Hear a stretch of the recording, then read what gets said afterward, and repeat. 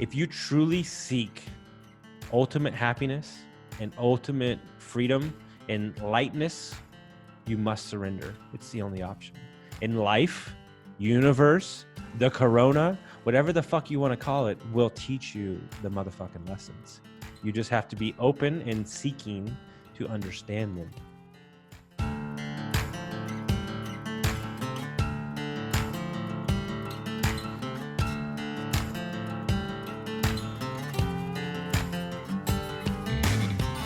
Constructing your life is about much more than just building a bank account. Each week, join real estate entrepreneur and mindset coach Austin Linney as he interviews guests who are constructing their dream lives and impacting the world around them on a daily basis. If you're an entrepreneur or wanting to start a business, or you just want to hear motivating stories of how others have overcome the odds, you are in the right place. And now for your host, Austin Linney. Guys, welcome back to Construct Your Life. You'll know this guy next to me. The most watched episode, the first episode, my man, my brother from another mother, Omar Pinto. How you doing, buddy? I'm doing phenomenal. Thank you for this honor and this opportunity. I am pumped. So, guys, we're going to have a little bit of a different episode today. We put out some content. You're thinking, who's this idiot talking on the radio, on the podcast? And I realized that in order for you to buy in to what I do and why I love what I do, you have to hear me. You have to understand why this guy has anything to say. I've alluded to it a couple times in interviews, but not really touched on it.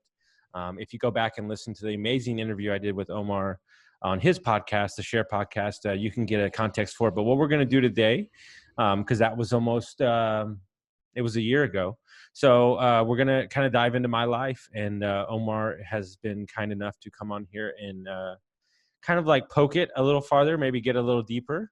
So thank you for coming on, and we'll just kind of get rolling. All right, let's do this. I am excited. It's always an honor. It doesn't have wow. Okay. Hello. It doesn't happen often where I get the opportunity to be on someone else's podcast and interview them. Mm-hmm. Right. Cause you really, here's the cool thing about what we're doing. Okay. Podcasting, I've been doing it for 5 years, which means that there's so many things that I have said that are out there and that are always going to be out there.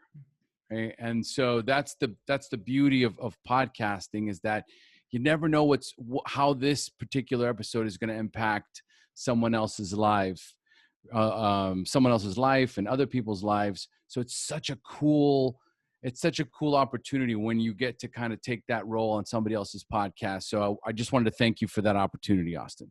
Thank you for being here. And guys, I want to put some sort of context around this. I'm not saying this to boast. I'm not saying I'm better than anybody. I'm just sharing my story, and I'm getting out of my own head about it. It's extremely vulnerable and open. This is not easy, guys. I've thought about this for weeks.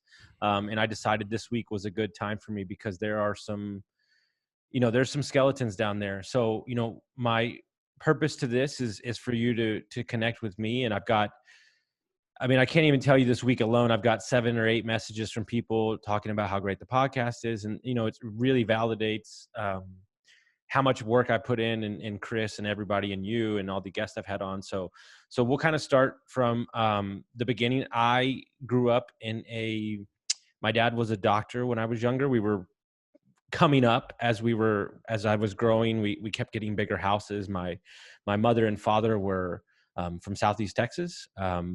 My dad had a bunch of brothers and sisters. They didn't have a ton of money, but they were happy. They worked outside. So as my dad was building his dentist practice, we kept getting, what you would classify as more money, country clubs. And, eventually we settled in a house right before my parents got divorced. They built the house of their dreams. I lived across the street from NBA players. It was $1.4 million on the country club. Everything looks great on the surface.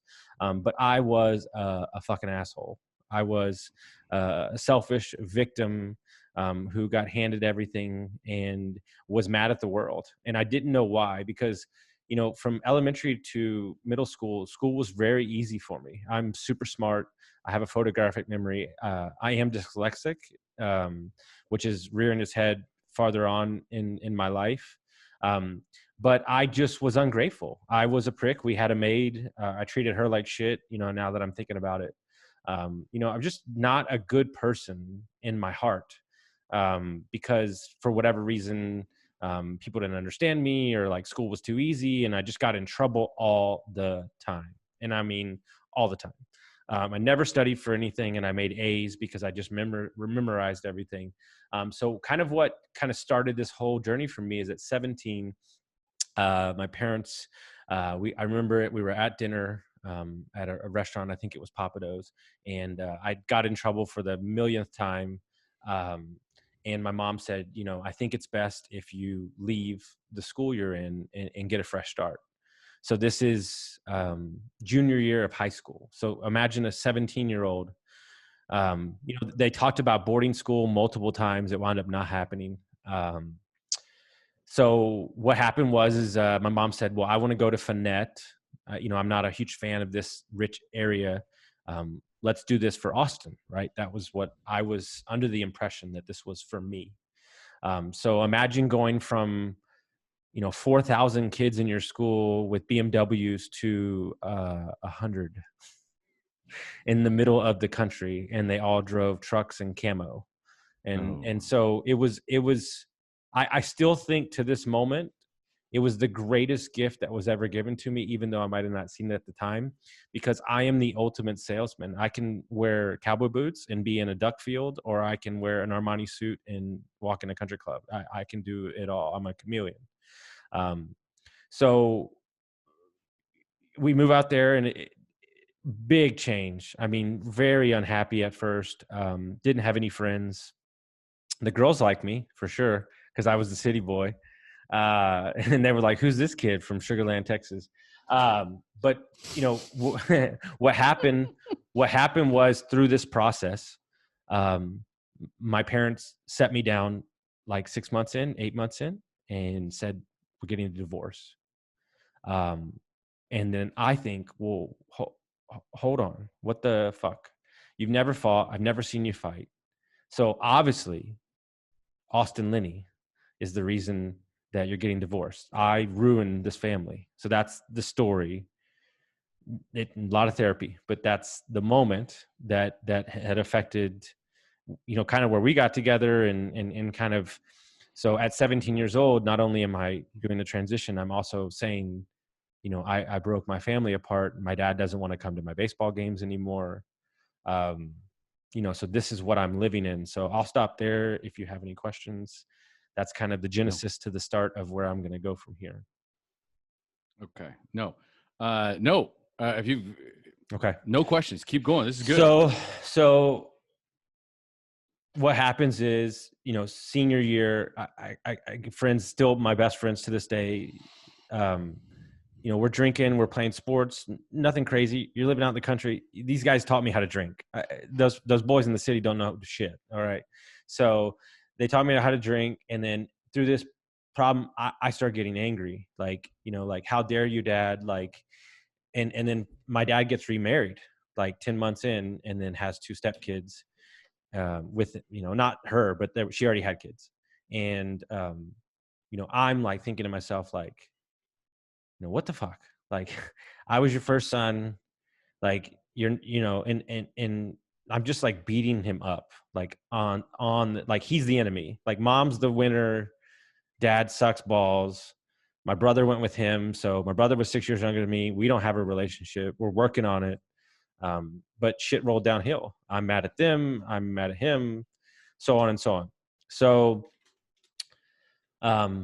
senior year, I graduate. We're doing some stupid shit, partying in fields, the normal stuff. Nothing fucking crazy. You're in the middle of nowhere. Nobody cares. So I don't think anything of it. We're drinking, everything. So I go off to Blinn. I was 18.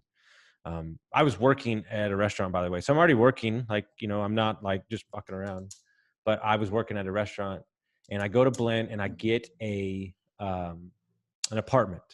So an 18-year-old with apartment, 3 hours away from home, with a gas card, and everything's paid for. I am living that shit up. If it rained like a drop, I didn't go to school. I'm like, nah, dude, you can't go to school today. It's raining.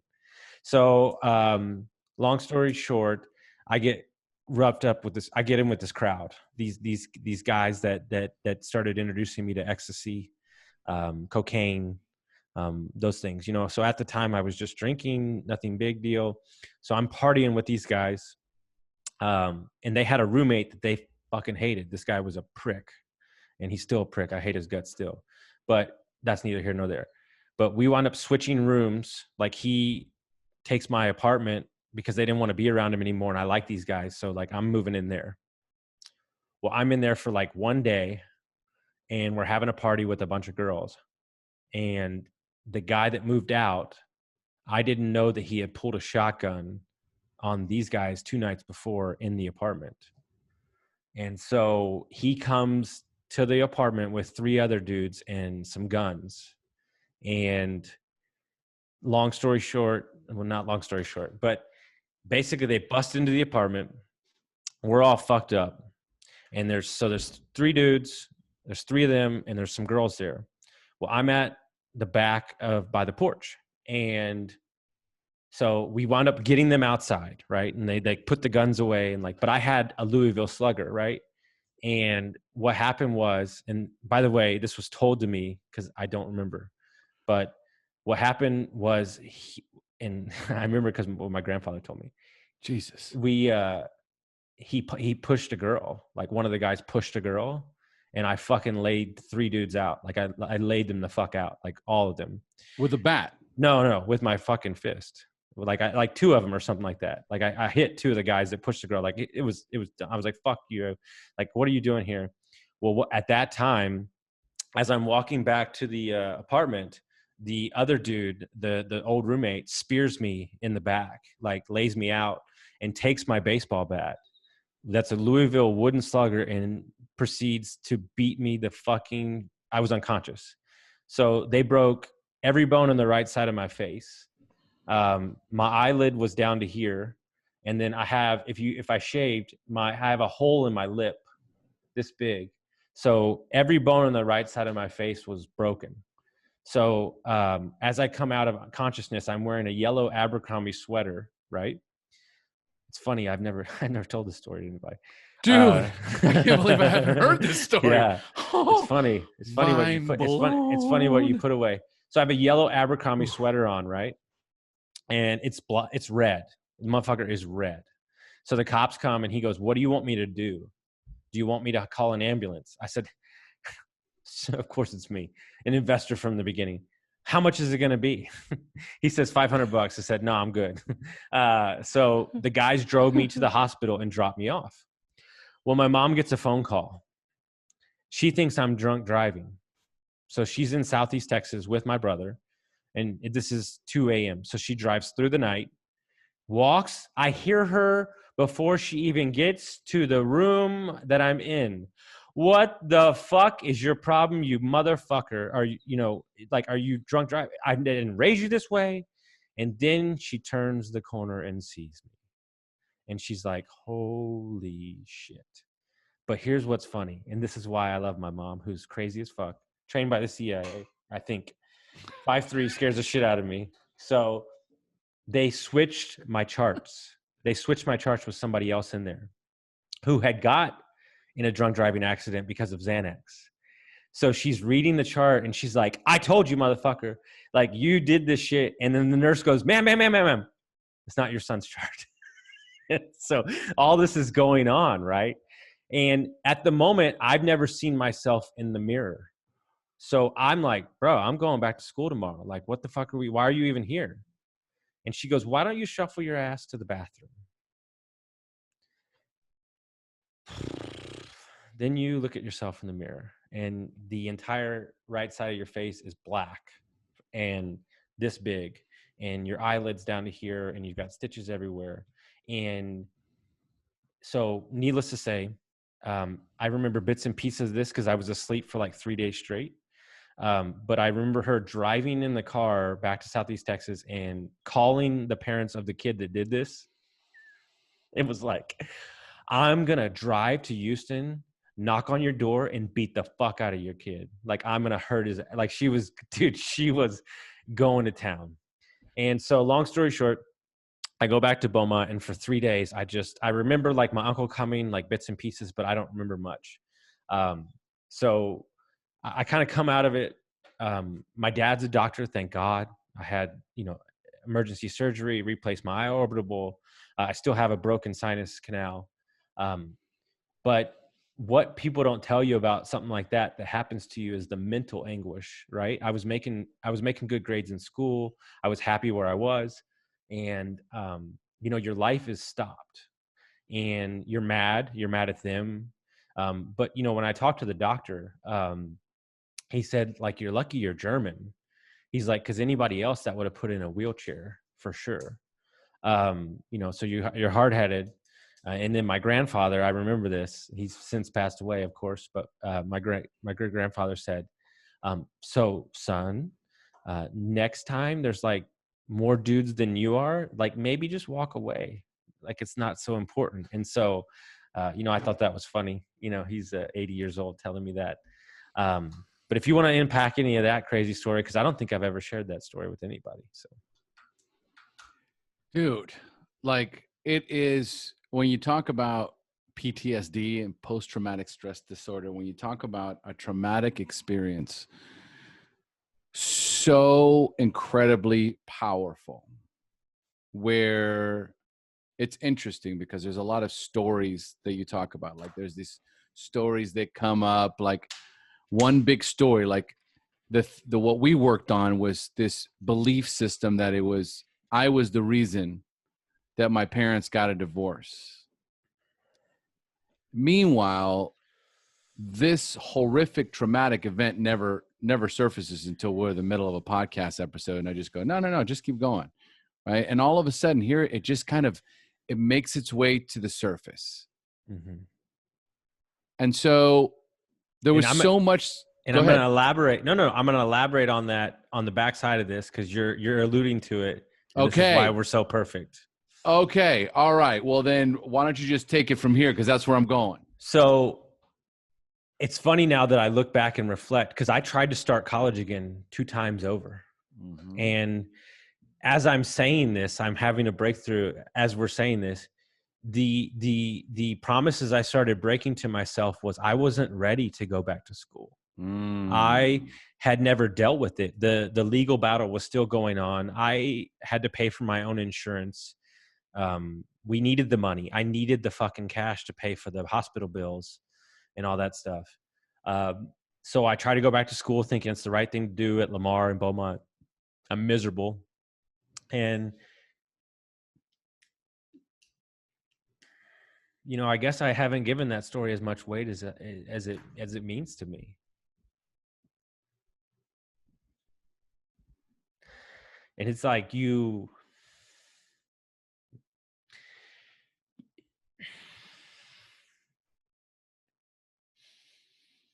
these things happen and you think that they don't impact you the way they do. But it really looks at something like that along with my parents' divorce. And it's like, that's really the foundation for like the destruction that happened for the next 10 years. And because you sweep it under the rug, because you cover it with Band-Aids or alcohol or drugs or whatever the fuck you want to cover it, Netflix, you're not addressing the fact that in that moment you were a victim, regardless of what role you played into it. But you can choose for it to be a crutch, or you can choose for it to be a liftoff point to be better. And I tried college again, and I'm lying to myself because I thought it's what my parents wanted me to do. I thought that's what I should have done. And all along, what I wanted to do was just run away from that moment, that moment that happened that I don't realize. I had to leave my apartment. I had to leave my friends. I had to leave college where I was doing, I just started. I was a freshman. And as I look back, the failures at college, I think, played a real role into my drug addiction. And you start making money in the restaurant business, and you think that money is going to solve the problem because you don't have it. So I'm making money. I'm really good at my job, so people look up to me, and you don't look back and realize these moments that played a role, small or big or indifferent, how much they run everything, same as your story with glasses when you were young,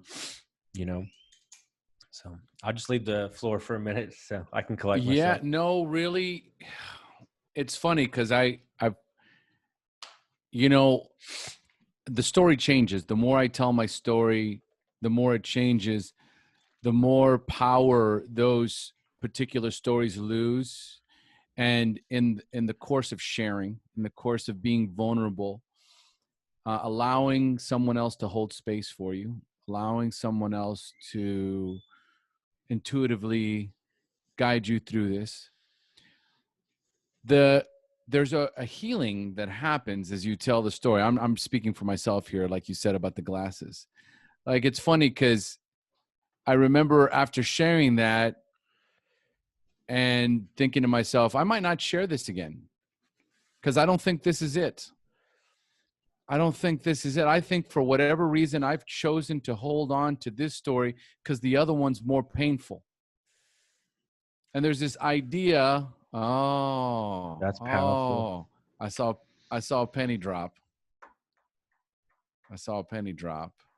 And that's all I kept thinking as you were sharing. I go, this story that I tell myself, this story that I talk about, and I hold this blame for my parents, is not the real story. The real story is, I am so angry. I'm so disappointed. I'm so frustrated. I'm so whatever. These are just branch statements, right? So it allows your brain to kind of connect with this in this moment. But there is this idea that I have these emotions that are inside of me that are so powerful, so strong, attached to a story that's so vulnerable, that I'd much rather tell this other story, because this one does not make me feel like the other one. That's a great point. And, we'll take it from there. I grew up, call it what you want. I grew up in the restaurant business. I mean, I did. Like, that was where I learned. And there's drugs, a lot of drugs in the restaurant business. It's just part of the game. So I'll tell the other story that's even before the big drug story. I was in Austin. I was young. I was working at Cheddar's. I was drinking a bunch. And when I mean a bunch, like, we would shut the mother effer down after a 12-hour day. They would even keep the bar open for us 2 hours after, even though they weren't supposed to. So I'm drinking a bunch. I'm in North Austin, Round Rock, and I live near UT, which is probably 15, 20 minutes. This was 15 years ago. Long story short, don't remember this much either, but I remember the bits and pieces. And I'm about to share something I've never shared, and it's super awkward. I'm even thinking about it, freaking out. So apparently this is what happened. I drove home. I got about 10 minutes from the bar, so not even close to home. And I fell asleep at the wheel. I drove my car through a front yard, tore down a mailbox, freaked out as the guy jumped out of his house. And apparently my dumbass threw him my ID. I don't know why. And then I run. So I run. I've got $300 in my pocket. I just worked a double. I get picked up from a guy. I get flagged down a dude. I said, "Hey, where you need to go?" He said, "I need to go." What I didn't tell, and I've never shared this. This is so awkward and so ridiculous for me to share it. I shit on myself when I wrecked.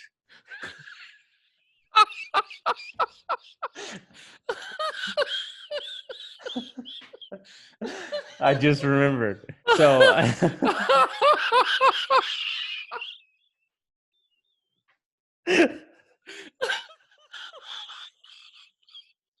but wait, it gets way worse. It gets way worse. It gets way worse. It gets way worse. So then I get in this stranger's car with shit on me. And he's a big black dude. And he's like, bro, you smell like shit. And I go, yeah, that's because I shit on myself.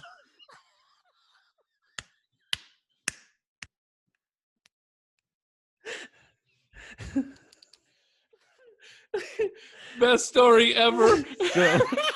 Wait, it gets so much better. Wait for it. So he takes me home. When I get out of the car, he punches me in the face and steals my $300. So he punches me in the face. Dude. Just wait, bro. It gets so much better. Steals my $300. So I get in my apartment, right? No money, shit on myself. I drop all my clothes in the shower, put water on them. I go to bed. So I wake up the next morning. I have a double the next day, full day of work. I thought it was a dream, bro. Like, I was like, like my truck's in the parking lot. No big deal. Like, why is my fucking clothes in the shower? Like, I don't, like, whatever. I got to go to work. Well, then the typical, you go, well, maybe it wasn't a dream. So I, when you pull the blinds down, you like look outside for your truck in the parking lot and you're like, oh, that can't there. be good. Yeah, that can't be good. Where's my money? Oh, my money's gone. Fuck. That really did happen. Son of a bitch. Okay. All right. Regroup time. I call somebody. I'm like, hey, I need you to work my morning shift. I'm not going to be able to make it in. I'll tell you later. Well, at that time, I get a call from the police. Exactly. I was waiting for that. Have my car at the impound. So I'm like, fucking son of a bitch. So I got to go down to the police station and explain this shit. So I'm like, oh my God, what do I do? What to say? So I told the dude, I am 20 at the time. And I'm like, what do I tell this damn detective? So I told him that I fell asleep at the wheel and freaked out and left, right? So buy it, don't buy it, whatever. He said, okay, if that's the story you're sticking with, like, we can't prove it. It is what it is. He goes, your car's over here. You can get it. No ticket. This is what he said. Okay. So I have to like track down my car in South Austin. I wound up working that night, of course, because that's what I do. But sure enough, 3 years later, ticket shows up. Evading the scene of an accident, all this stuff. And so I had to pay like $4,000. But thank God, got out of a DUI. Not happy about it, not proud of it. I just want to share it. So if anybody else can share the story, because that shit is wild. That I can't wait to take that clip and post it. Dude. Post the one where it says, I shit myself. Dude, that you want to talk about open and vulnerable. You want to talk about open and vulnerable, dude. What about the guy? What about the guy's house? Dude, hey, what are you gonna do, bro? You don't even know what happened to the guy's house, do you? No. It's like I just walked away. Here's what's great. That guy is still telling that fucking story. He's I'm sure. He's at a barbecue. He's like, man, this fucking son of a bitch. He threw me his ID. He's like, he's still telling the story. You're lucky he didn't sue your ass. Yeah, He had your ID. Dude, okay. So alcohol, it's a hell of a drug. Alcohol's a hell of a drug. So in this time, we're transitioning into cocaine, which you're extremely familiar with from your past. Very much. It's a fun drug. It really great, especially back in then, especially with somebody that has ADD, especially with somebody that plays the victim. Cocaine's awesome.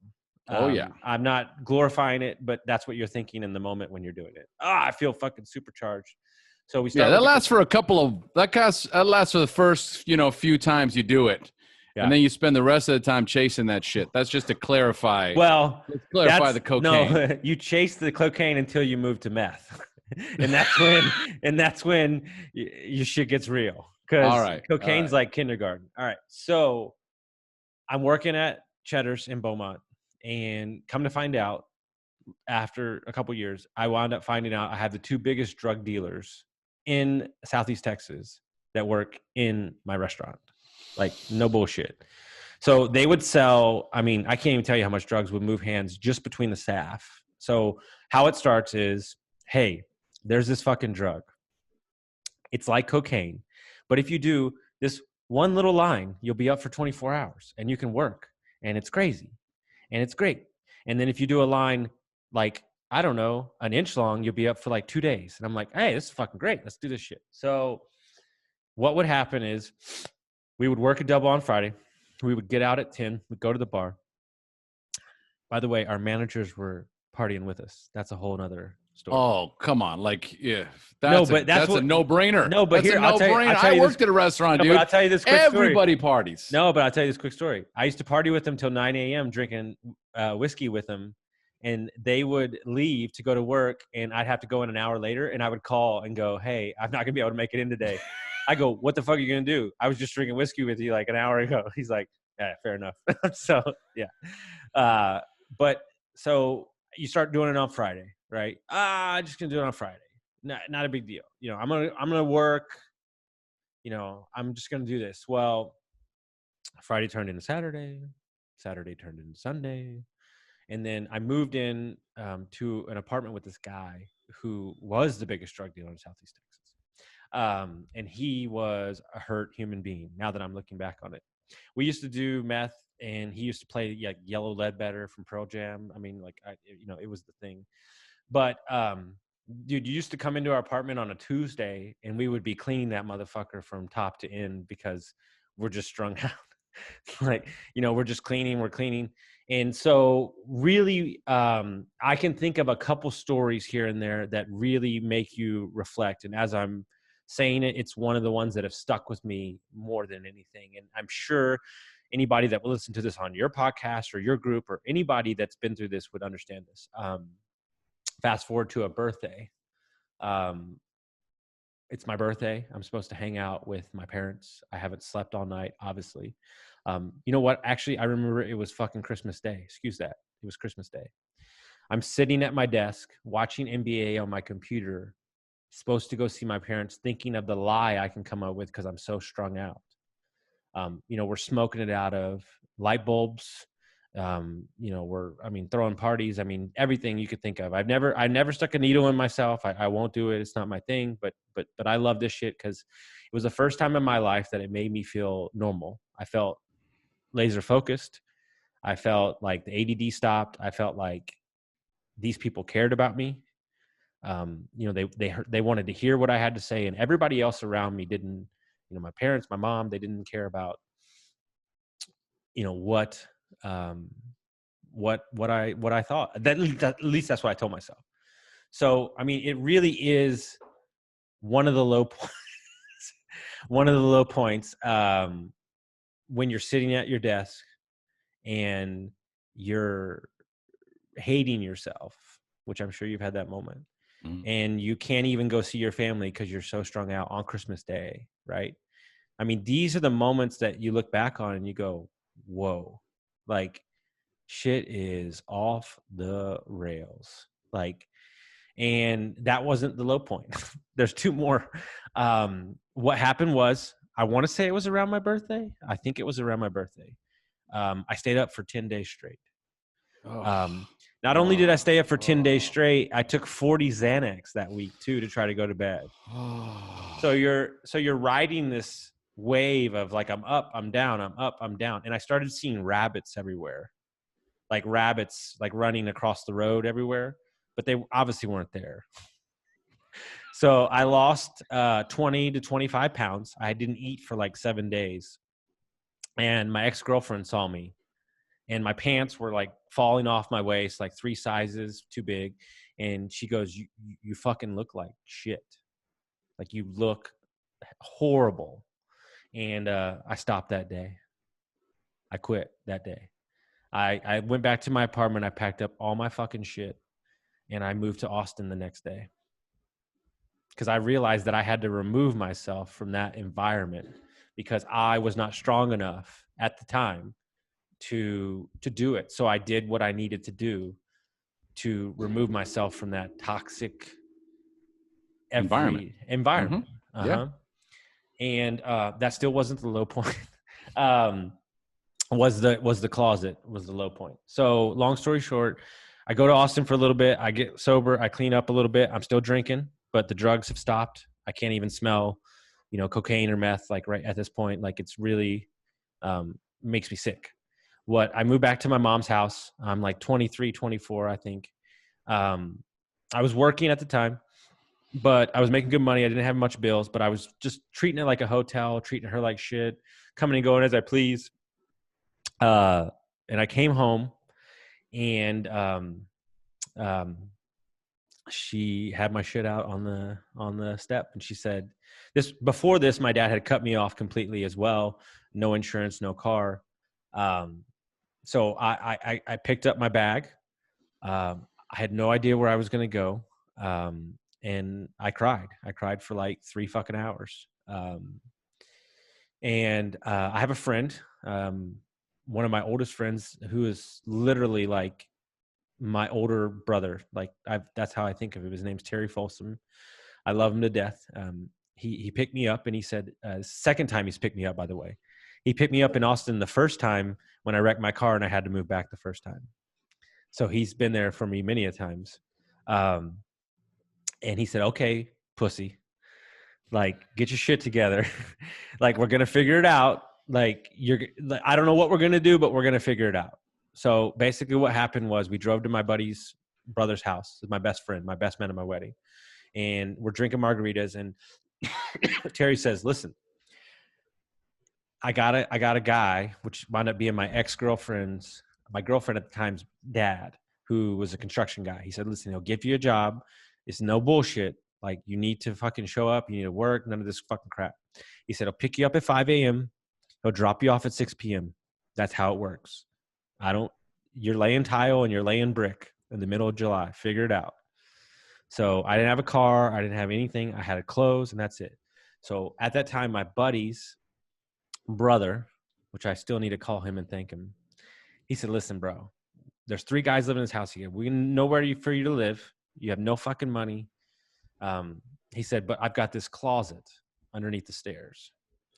So I threw down a single mattress, and I slept in, it's probably 50 square feet, in the closet. I slept in the closet for 3 or 4 months. I lived off of $40 a month, ham sandwiches and ramen noodles, and I worked about 60 hours a week, maybe 70, give or take. I didn't do shit. I saved up enough money to buy my grandma's old Explorer, so I could get a car, so I could go get my bartending job back, so I could start making real money again and get an apartment and so on and so on. So, for me, as I sit here today at 37, 38, however the fuck old I am, that for me was dude, what happened? Like, how did we get here? You were living across the street from NBA players on a country club, and now you're in a 50 square foot closet eating ham sandwiches when you had an expense account at a country club. The real question is, what compelled you to take that offer? You were in the restaurant business. You were making money. Your buddy picks you up. You're fucking mangled dog shit. Your dad's cut you off. Your mom just kicked you out. Okay. And he says, you can live in my closet. You're going to have a construction job, laying tile, laying brick. You're going to be picked up at 5, dropped off at 6, and you're going to make $40 a month? That can't be right. I ate on $40 a month. I kept my expenses low. Yeah. Okay. Oh, you kept yourself. Okay. I didn't have the restaurant job at this time. I had nothing. Oh, no, I understand that. Yeah. I understand that. What were you making a month at the construction gig? I think I was making probably like maybe $500-$600 a week, maybe something like that. I mean, maybe 400 something. So it started making some good money. Yeah. Couple grand a month. Okay. You're not paying rent. No. You're stockpiling as much cash as you can to try and get your car back. No, I didn't have a car. I mean, trying to buy the Explorer. To save some money. God love my grandma, who's the best person in the world. Maybe pay for it still. Okay. All right. So this is what the listeners, right, need to hear. And this is anyone who's struggling with drug addiction, right? How important is it or what, let's not even say is it, was it for you to have every bridge burnt before you could actually surrender? So 2 things. This is going to be great. And I want to share this because I hope your listeners listen to this too, because I know where they come from. My mom told me this years later. She said, Austin, I cried every day for hours having to make this decision. But I realized that the only way for you to truly be set free was to hit rock bottom. And if I continue to enable you, and as I look back, it's the greatest. I was a stubborn motherfucker. It was the greatest gift that she's ever given me to be able to go out and impact. And I know that for my parents, that was the hardest thing. Somebody like me, they call me the rhino for a reason. Somebody that is bullheaded as I am, it's the only way. It's the only way. There's no other way that would have happened. When you are literally staring at the back of a wall, the true definition of ass wall. I mean, talk about pride, ego, everything. Like, and the story doesn't end here. That's what's crazy, because I'm so fucking stubborn. I become an alcoholic. But what I'm saying is, it's funny. I interviewed a kid yesterday. He's 25. He's a fucking rock star. And you know what's crazy? He had to sleep in a closet for 6 months too. And I'm like, there are certain people that dollar that you give somebody, that $20 that you give them to get high or get booze, and you know it's the wrong thing to do, you're not helping them. You're not. I mean, how many times have you told that to your audience? I can't even tell you how many times I've told someone. Got to hold the motherfucking line, baby. Yeah. The best thing you can do is give them absolutely nothing. Nothing. And you're giving them, and you have to understand that you have to live in gratitude. No, you're giving them a gift. You're giving them their life back. It's so easy. The gift of desperation is just that. It is a gift. When I have nowhere else to turn, I'm forced to go within. If you truly seek ultimate happiness and ultimate freedom and lightness, you must surrender. It's the only option. In life, universe, the corona, whatever the fuck you want to call it, will teach you the motherfucking lessons. You just have to be open and seeking to understand them. So let's talk about the continuum here, because here's what happens. And another great gift is listening to your mother tell you how she cried every night making that decision. Listening to my father when I had made amends and I got sober and he could finally have a conversation with me, not the jackrabbit, when he could finally have a conversation with me. And he says, the only way I got through it was I just had to imagine that you were already dead, that you were already gone. And my only solace was to focus on you as a child, because that's what brought me joy, was thinking about my happy little boy. So those beautiful, horrific, heartbreaking messages that we get from our parents, you don't know how much you hurt somebody until you know how much you hurt somebody. Mm-hmm. So there's a lot of catalysts here. Okay. So you're finally, you're sleeping in the closet, you save the money, you buy the Explorer, you get back into the game. I'm making $1,400 to $1,700 a week. Okay. So now you're back to making fucking crazy money, dope fiend money. Mm-hmm. And I'm still from 17 telling myself that I'm not good enough. I'm a victim. I'm the reason my parents got divorced. So really that, whatever you want to call it, is the root of a lot of the aggression. I mean, there's really no better word for it. I was nice, but I was an aggressive, nice asshole. Right. But when you think about the anger, and the bitterness and the rage, mm-hmm. Who was that really directed towards? Myself. Because and I'm still working on it, I don't think that I am good enough. And it wasn't until I get around people that see something in me that I don't see in myself. And all they're doing is waiting for me to see it in myself. Because what people need to understand is that in order to truly be the best version of yourself, it doesn't start anywhere else but you. It's simple. If you are the best version of yourself, if you are in a crisis to get to the next best version of yourself every time, every week, every day, then that will permeate in every part of your life. And I was loud. I was aggressive. I thought because I worked 100 hours a week that I was better than everybody else. But what I was really doing is by being loud and aggressive and the loudest one in the room, I'm hiding the insecurities that I am broken like a fucking inside. And it's really easy. The people that I respect the most are the ones who are quiet. Like, because they're just sitting there knowing that they've got it figured out. Like they're so comfortable in who they are. And so for me, there's this internal struggle where you got to be loud, you got to be aggressive, you got to come in like a Mack truck because if you don't, maybe they'll pick apart, maybe they'll see you, like maybe they'll see who you really are.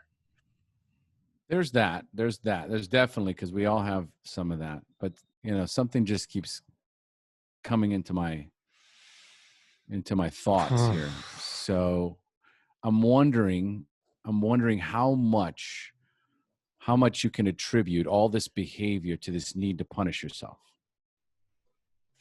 I knew this was going to get a coaching call on my podcast. So then the question is, Coach, what am I punishing myself for?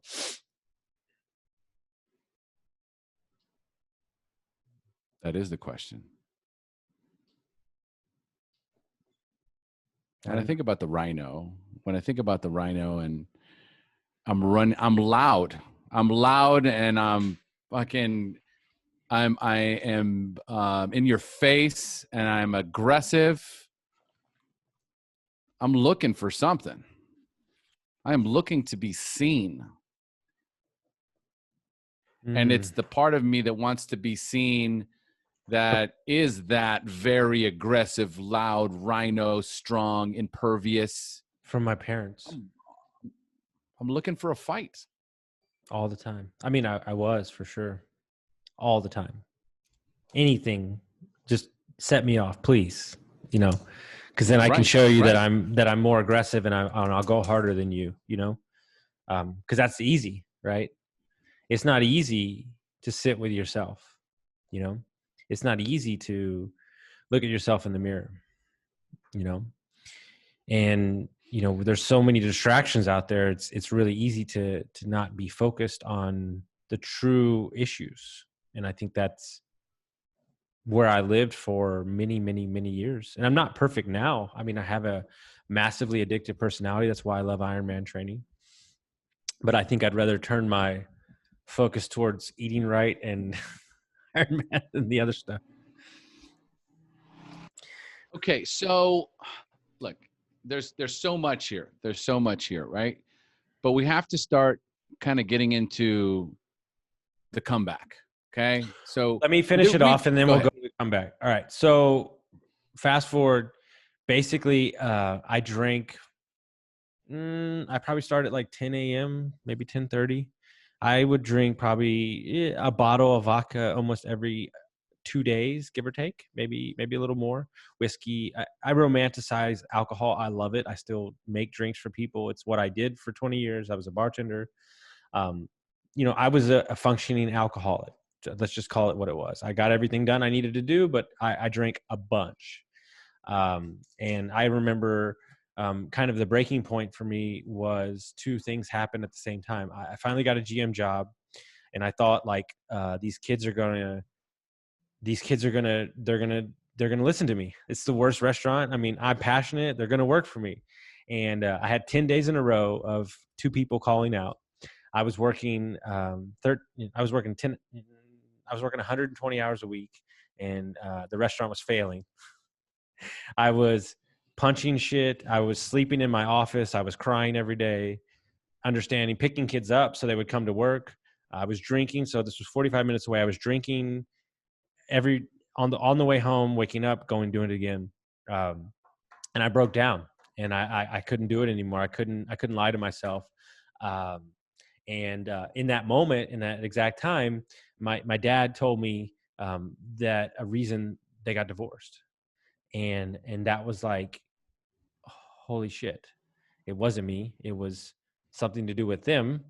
And I'm thinking to myself, like, okay, like the story that I told myself for 20 years, the fuel, the chip on my shoulder, everything is a fucking farce. And that's when I went on your podcast. And that's when I'm like, what does it all mean? Right. And that day I drank a lot and I was broken. And then that next morning I meditated for like the first time ever. And that was like the break. It was like and I'm not saying I stopped drinking. That's not what I'm saying. But it was kind of like it was like, okay, wait, this man held on to this burden for 20 years while I beat the shit out of him. Like, if that's not ultimate unwavering love, I don't know what it is. Same deal with your father, right? It's really. Now, wait a minute. You fast forward in that story because it's. You're not gonna let me get away with it. You're not gonna let me get away with it. Because the listeners are like, they're like, fuck, rushed him. All right, so we're gonna back up for a minute, right? Because this is why you're here. Super important. Yeah, this is why you're here. This is super important. This is super important because this is why you've been punishing yourself your whole life.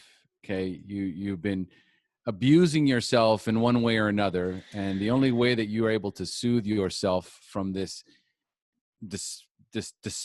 despising yourself, hating yourself, blaming yourself, it's my fault, so I work my ass off, or I take whatever job I need to, or I defend people and pick fights, or whatever the case may be. And there's a part of me that's also very angry with my father at the same time. So I take the blame. You take the blame for the divorce, but you also are fucking pissed off at your dad because he moved on.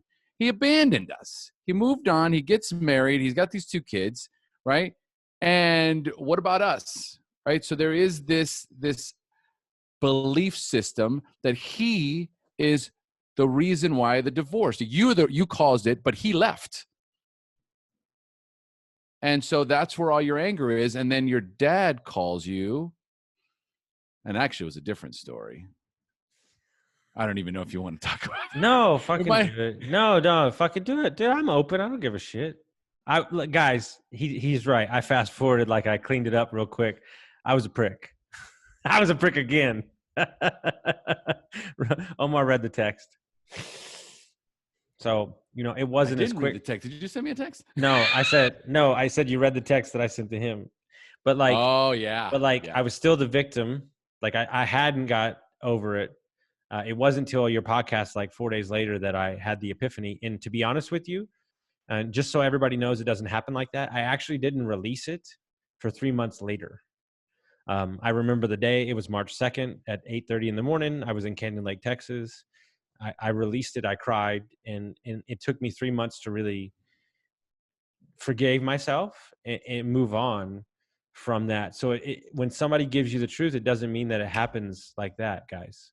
It just, you can sit with it. That's the whole deal. Sit with it, lean in, do the work, hire a coach. Thank God for Omar, so on and so on, because you're not understanding where the emotions are coming from, and you're lashing out because it's so much easier to not look at yourself. How has that moment, because there's so many pivotal moments, not just in your life, but in everybody's lives, but this is a huge moment of relief. Like, as there's so many times in our lives where the pivot is pain. And in this particular case, the pivot is the realization that I can give myself a break, that it wasn't my fault, and there's some relief. How has that impacted your life, and in which direction did it send you because of it? Like a rocket ship straight towards lightness. I mean, it's just it's really odd. You know, I don't think it's a coincidence that 6 months after I stopped drinking, like, I don't think it's a coincidence that I feel good. You know, I don't think it's a coincidence that, and the thing is people need to understand something. It's not that it's been roses. I started a business last year. I lost 25 grand. I got laid off a month ago. It's not been fucking roses, but what it has been is it's allowed me to bet on myself because I'm owning what I did in it. I loaned up to it. And the easiest way I can describe it, and I have it still saved, it felt like 50 pounds of ball peen, you know, the ball and chains like on your feet, like removed themselves. That's really, I remember it like it was yesterday. I was outside of work. I had a conversation with my dad and I took ownership for my part, which I had never done. I'd never done. And, you know, fast forward to 2 weeks ago, I had another experience where this is big. I don't even know why it came.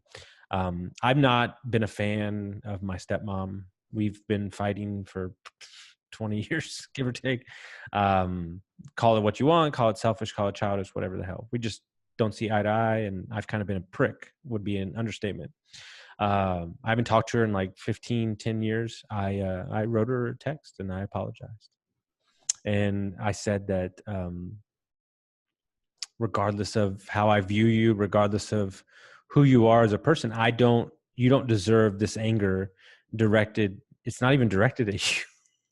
It's directed at somebody else, but you're an easy target because, you know, in my eyes, you took my father away from me when really my bad attitude took my father away from me.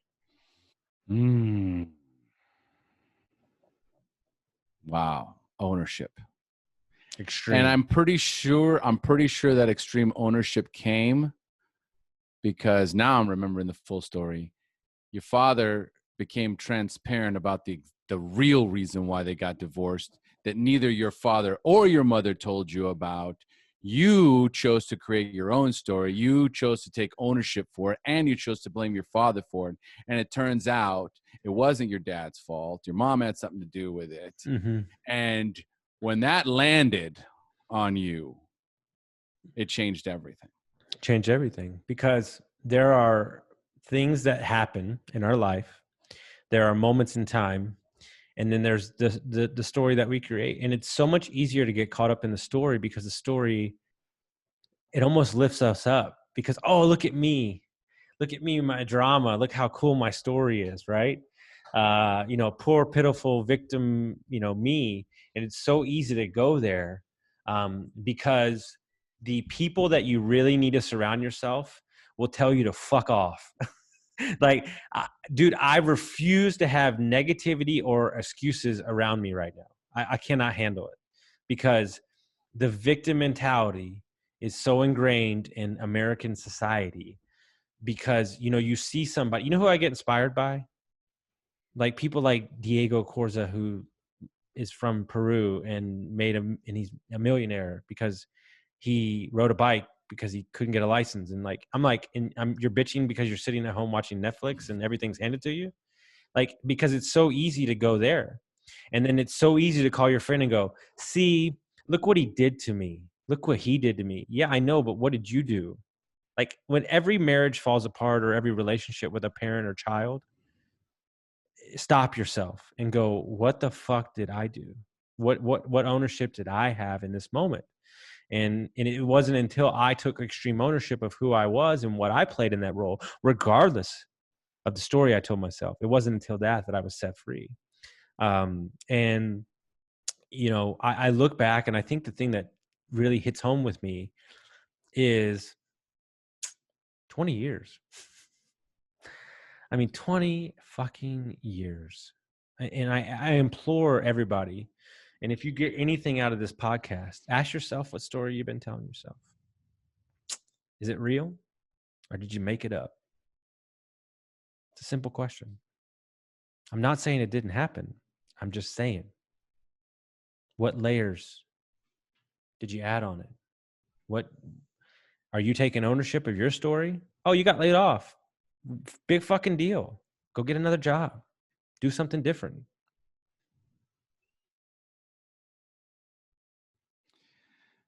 Well, you know, we're in the middle of a pandemic. That's a tough one. 1,000%. That's a tough one. But I got laid like, off. Let's just clear that. Let's just clear that. That's it. All No, right? 100%. But I got laid off, and I understand. started a podcast. I'm learning Spanish. You know, so like all I'm saying, that was insensitive. I apologize. But what I'm saying is no, and it's just bringing light. That was a little insensitive. All I'm saying is life's a choice. That's all I'm saying. So that is true. Good, bad, or indifferent. You know, either you're riding high or you're riding low. You could still be happy in between. You know, I've met many millionaires who are miserable. I've met many people who make 30 grand a year who are happy as hell. So it's a choice. There's a message. Especially during this time, there's a message for everyone, because there's people that are financially prepared for this, and so they're able to work on themselves during this time, and they're able to either work on their relationships or recognize, you know, what changes they need to make in their lives, whatever the situation may be. There's some of us that, yes, because of the financial situation, this is an opportunity in history where everyone has to slow down and look inside. And then for people who are struggling economically, there's a message in there as well. It's not about being cold or heartless, and they can't just go out and look for a job. They're still forced to go inside. They're still forced to say, where did I go wrong? What can I do differently? What changes can I make in my life? What normal do I not want to go back to? Who do I need to reach out to right now because I don't have a choice? Yeah. And what potential positives can come from me risking my own vulnerability in this time, because I have to, because I don't have a choice, because I have a family, because I have to provide. So I'm going to have to do something. And I think that is where, within the greatest amount of adversity comes the greatest opportunities. And we know that just because of your story. Yeah. And I think the thing that I'm kind of harping on right now is I think what everybody's realizing is that how much their identity is wrapped up in their, as my buddy said yesterday on a podcast, their paycheck or their job. It's not really who you are. And so what I'm going to talk about here for the next couple of minutes, because I want to respect everybody's time and we'll get out of here, is how you rebuild this mind in what's happened. You hire people like Omar. You get surrounded in masterminds with people that are better than you, that've been there, done that. I interviewed 2 multimillionaires on Monday. They lost everything, way worse than I did. So, and they built it all back. But I'll give you an insight to me, and I'm a little different. And I'll describe it. This is real. This is not a joke. This happened. I'm being 100% honest. After I figured out about the dad thing, and for about 7 months, from 3 a.m., 2 a.m., 12 o'clock at night, 6 in the morning, whatever you want to call it, Gary V was in my ears. And I mean, literally, this dude, I listened to all of his content, and I don't need to listen to it all now, but for that moment in time, he was telling me, like, dude, stop playing the victim, go get a job, figure it out. And then, like, so I'm rebuilding myself as I'm cycling. You're stacking small wins. You're starting a business. You know, I'm still in the fucking restaurant business. I want to get out so bad. I wanted to get out for like 5 years. I'm 36. I still am in this fucking restaurant business I hate. Literally, I'm rebuilding myself. stopped drinking for like 26 days, then started drinking again, didn't like it, then stopped drinking again, but, kind of stopped for the last time for now.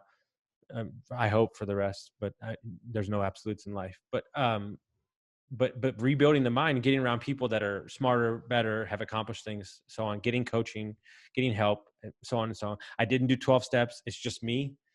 To be honest with you, I feel like a year and 5 months in, I'm doing the 12 steps right now. It's really odd. I just feel like I'm in that place right now. But true story. And I would love for you to describe it, because you have a better context around kind of what Kaizen did for me, and to believe in something so great that I needed that rocket ship to rip me out of this comfortable life, because I was the top dog at the restaurant. Nobody questioned me. I made decent money, nothing crazy, but I was wildly unhappy working for somebody else. And I just couldn't break the cycle to get out of the restaurant business because the comfort was so easy, because you're getting a paycheck and it's safe. But then I got an opportunity to start a business, and it didn't go well, but it was the catalyst to start a new life, to start a new chapter.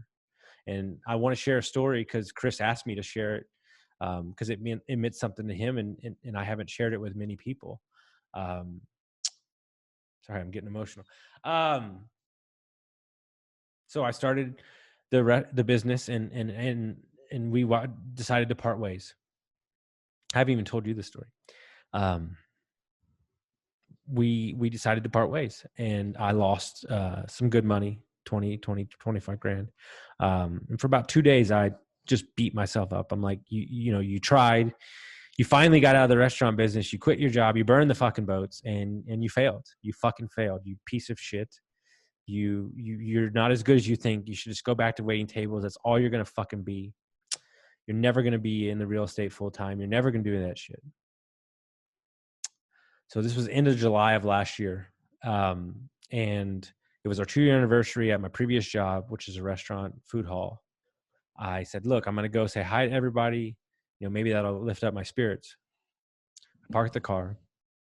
I got out. I walked up to the door. I grabbed the handle. I looked inside. It has nothing to do with these people. So if you hear this story, it has nothing to do with you. I love all you. I looked inside. I was about to open the door, and I said, no. It's not your life anymore. You're not a restaurant employee anymore. You're going to go figure it the fuck out. You're a real estate entrepreneur. And this shit, it didn't work. And you failed. And you lost money. But this is not your life anymore. And you belong here. I went to Costa Rica because it was already planned. And the day before I left for Costa Rica, I had a friend I haven't talked to in 3 years call me out of the blue, offer me a job, private equity and real estate.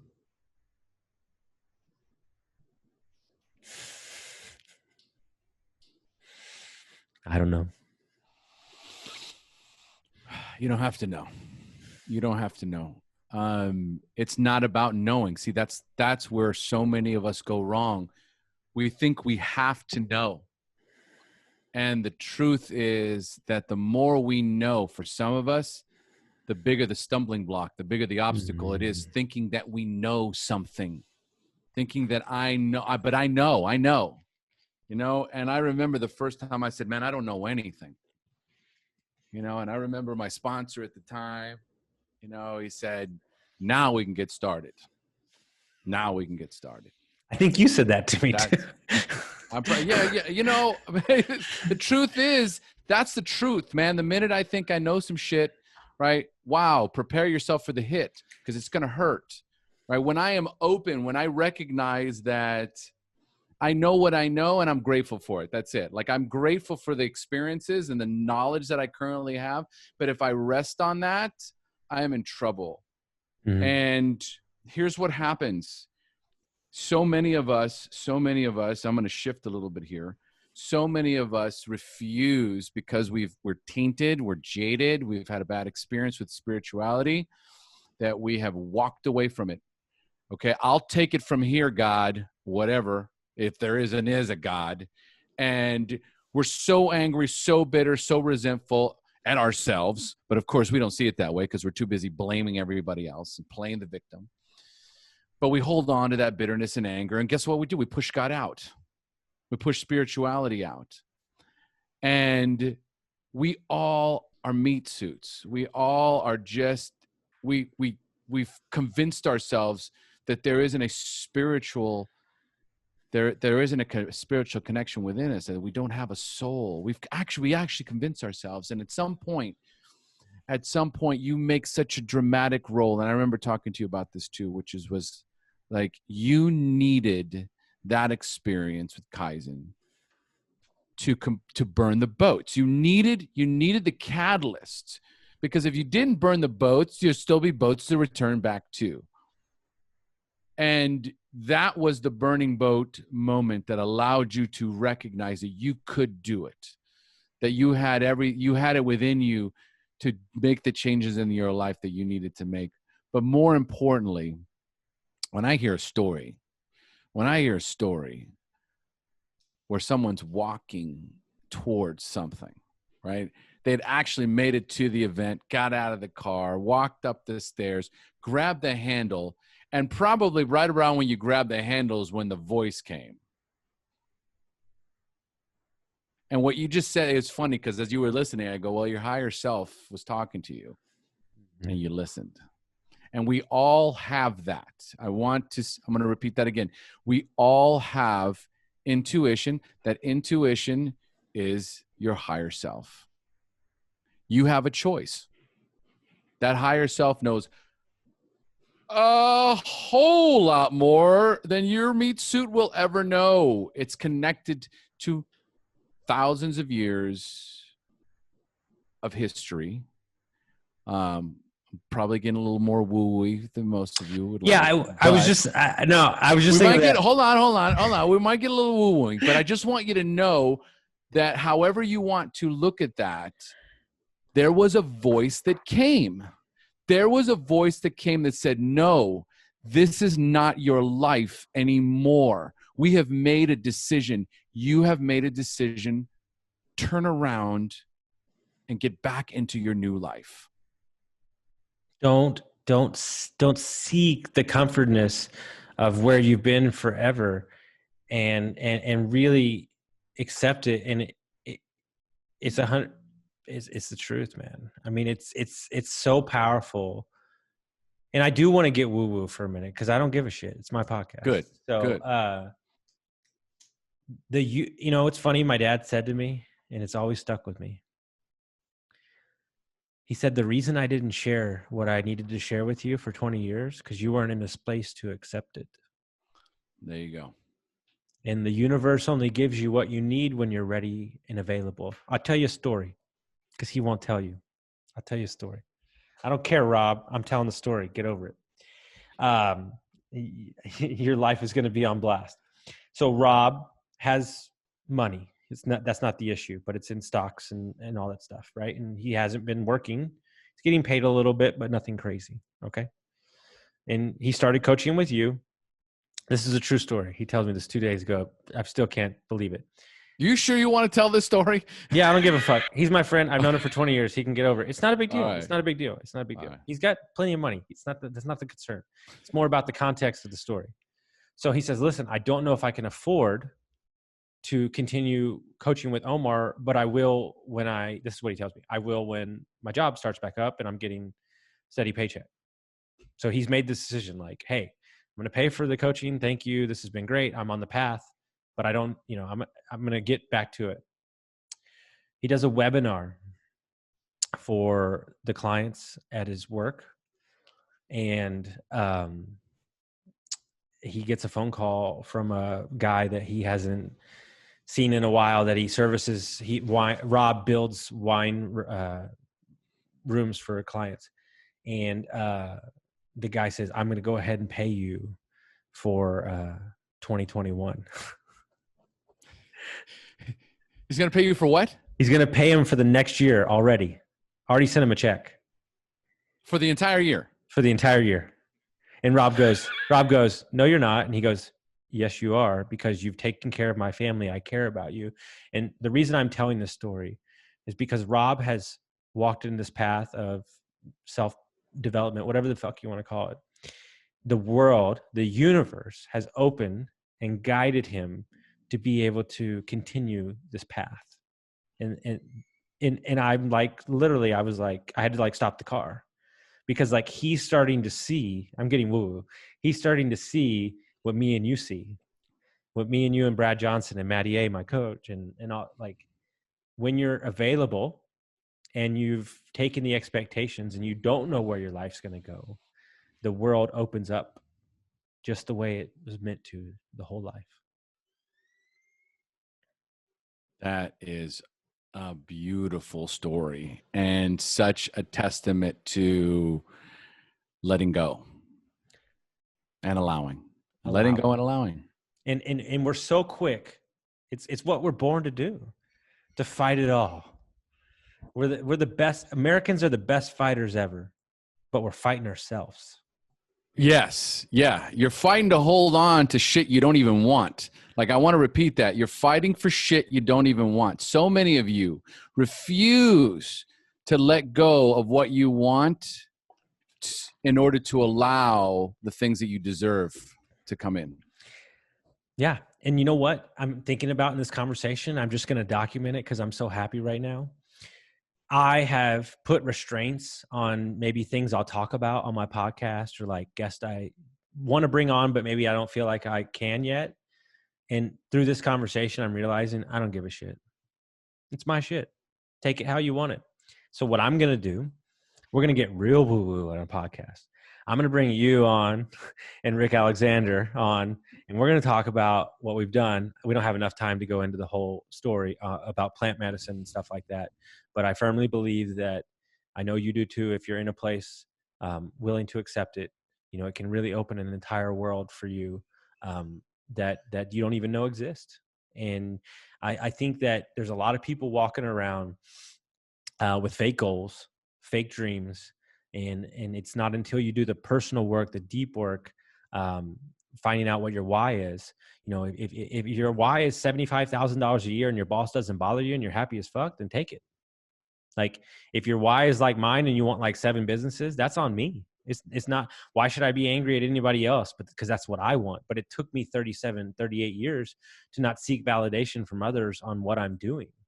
And it's not until you can truly set yourself free can you truly be yourself. I mean, it's the truth, because you're setting expectations on, you're showing up to a room, because I'm the guy that does that. You're showing up to the room on who you think they want you to be.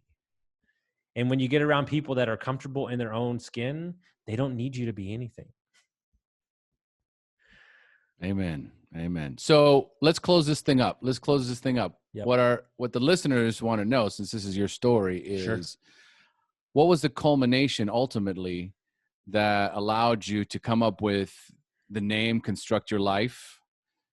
You know, the concept for the podcast, it was something that Mark Crandall said to me. You know, he said, Austin, you know, I see you. He's like, you're smart. You know, you got your shit together. You're going to do good stuff. He said, but I feel like you're chasing the dollar. I feel like you think you're going to make $100,000 and you're going to be happy. It's not going to happen until you do the work. And he said, until you start building a lifestyle and not a bank account, you'll never be happy. And so what I implore, the reason I started the podcast, the reason it sits with me, the reason I do it, is I'm trying to bring on people that have maybe lost it, maybe didn't, maybe they're just great at what they do.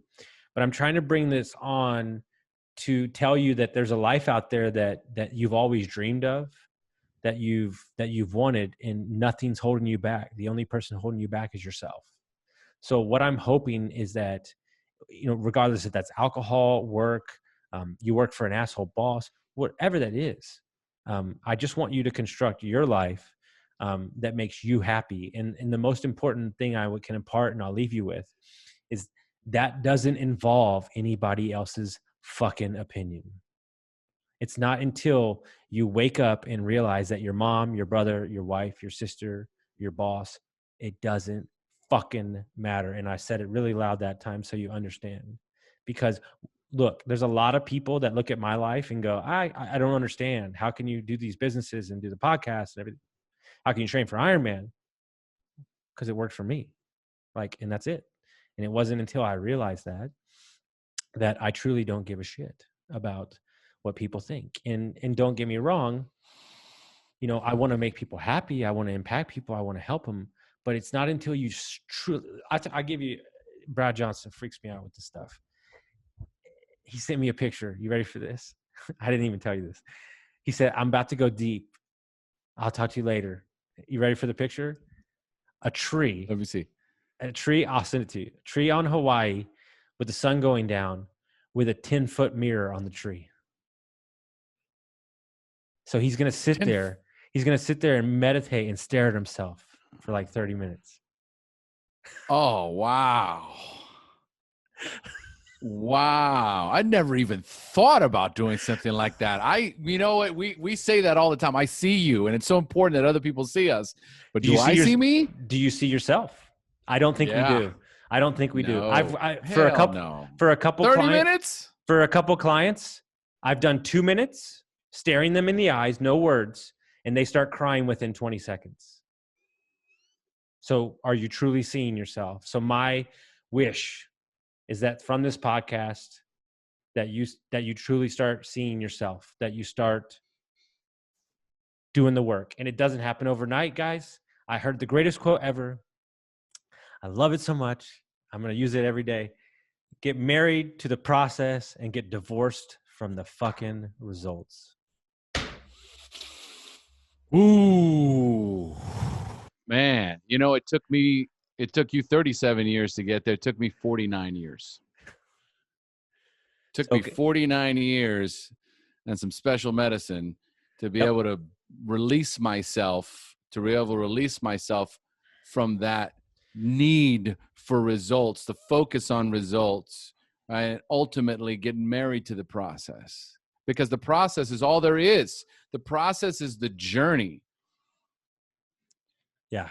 And the journey never ends. No, there's no Rick Alexander, best quote ever. Austin, we could spend another hour on the phone. There's nowhere to get. Yeah. He said, until you realize that, we are just wasting time, bro. God love that man. Dude, I thank you so much. We'll save the plant medicine shit for the next interview. Yeah, that'll be much later. Much later. I just had my own experience 2 weeks ago. I don't even care. It was amazing. I love it. I can't wait to do it again. So, dude, thank you so much. I cried like in the first 5 minutes. I thought I was going to be like longer than that. Dude, I wouldn't want to have anybody else to do this. I know that a lot of people are going to get an impact. So share it, review it, whatever the hell y'all do. I don't even care if you share it. Just take it for yourself. Take it for yourself. Listening to it. I know that I'm sending this to 5 friends the moment we get done with this so they can, take this with them. And I just really thank you so much. I love you, brother. Love you, buddy.